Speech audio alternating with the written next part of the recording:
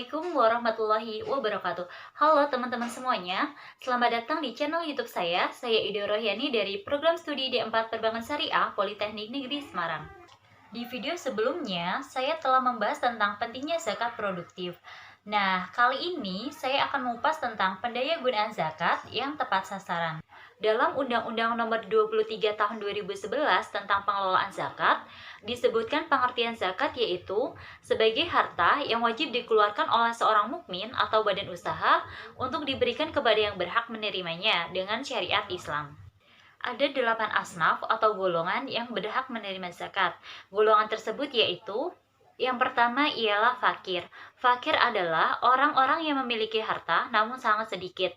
Orang ini tidak memiliki penghasilan sehingga jarang bisa memenuhi kebutuhan sehari-hari dengan baik. Yang kedua adalah miskin. Posisinya yaitu di atas orang fakir. Mereka adalah orang-orang yang memiliki harta namun sangat sedikit. Penghasilan sehari-harinya hanya cukup untuk makan, minum, dan tak lebih dari itu. Yang ketiga adalah amil. Amil adalah mereka orang-orang yang mengurusi zakat, mulai dari penerimaan zakat hingga menyalurkannya kepada orang-orang yang membutuhkan atau mustahik.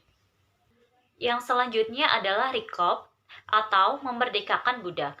Di zaman dahulu, banyak orang-orang yang dijadikan budak oleh saudagar-saudagar kaya.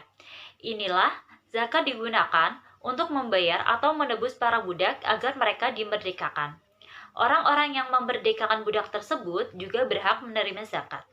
Yang keenam adalah gorim atau orang yang memiliki hutang. Gorim merupakan orang yang memiliki hutang. Orang yang memiliki hutang berhak menerima zakat.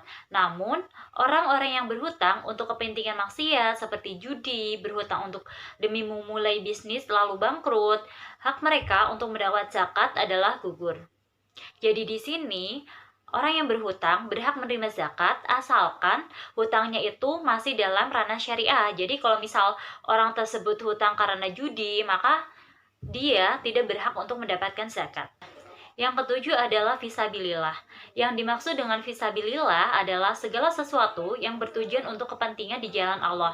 Misalnya pengembangan pendidikan, dakwah, kesehatan, panti asuhan, madrasah diniyah, dan masih banyak lagi. Jadi fisabilillah adalah orang-orang yang berjuang di jalan Allah. Orang-orang tersebut memiliki hak untuk mendapatkan zakat.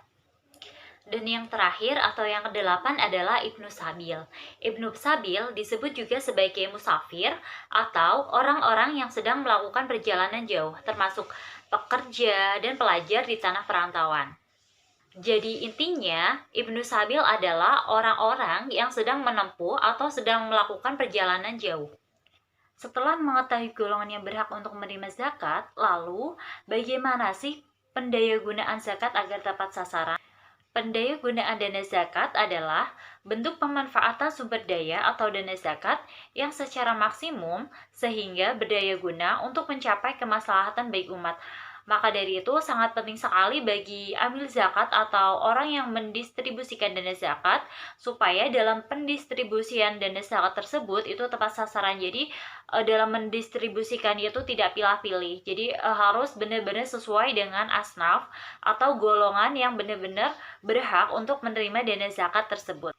Pendayagunaan yang tepat akan mewujudkan fungsi utama dari pelaksanaan zakat itu sendiri yang dapat dilihat dan dirasakan baik oleh yang memberi maupun yang menerima. Jadi keduanya akan dapat merasakan dari zakat tersebut. Penggunaan zakat untuk meningkatkan kesejahteraan masyarakat merupakan aspek terpenting bagi pencapaian tujuan dari zakat tersebut. Oleh karenanya, diperlukan suatu lembaga atau badan yang profesional di dalam mengelola dan mendayagunakan dana zakat agar berguna bagi kehidupan masyarakat, khususnya bagi masyarakat yang membutuhkan. Jadi di sini dalam pengelolaan dana zakat diperlukan suatu lembaga yang khusus. Lembaga itu profesional dalam mengatur dan mengalokasikan dana zakat. Jadi sangat penting dibentuk suatu lembaga di mana lembaga tersebut khusus untuk menangani urusan zakat. Sehingga dengan adanya lembaga tersebut, lembaga yang profesional tersebut, maka pendistribusian zakat akan tepat sasaran. Dengan adanya pendayagunaan ini, akan tercipta pemahaman dan kesadaran serta membentuk sikap perilaku hidup individu dan kelompok menuju kemandirian. Dengan demikian, pemberdayaan adalah upaya untuk memperkuat posisi sosial dan ekonomi dengan tujuan untuk mencapai penguatan kemampuan umat melalui dana bantuan yang pada umumnya berupa bantuan dana zakat untuk usaha produktif.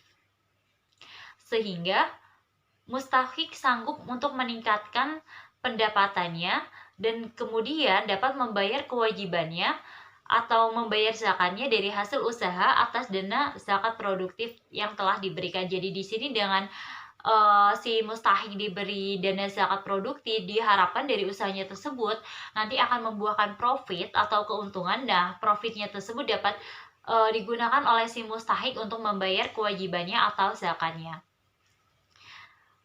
Yang pertama ada bentuk sesaat. Dalam hal ini bahwa dana zakat yang diberikan atau dana zakat produktif yang diberikan hanya diberikan kepada seseorang secara sesaat atau sesekali saja, di mana dalam penyalurannya tidak disertai dengan target untuk memandirikan ekonomi mustahik.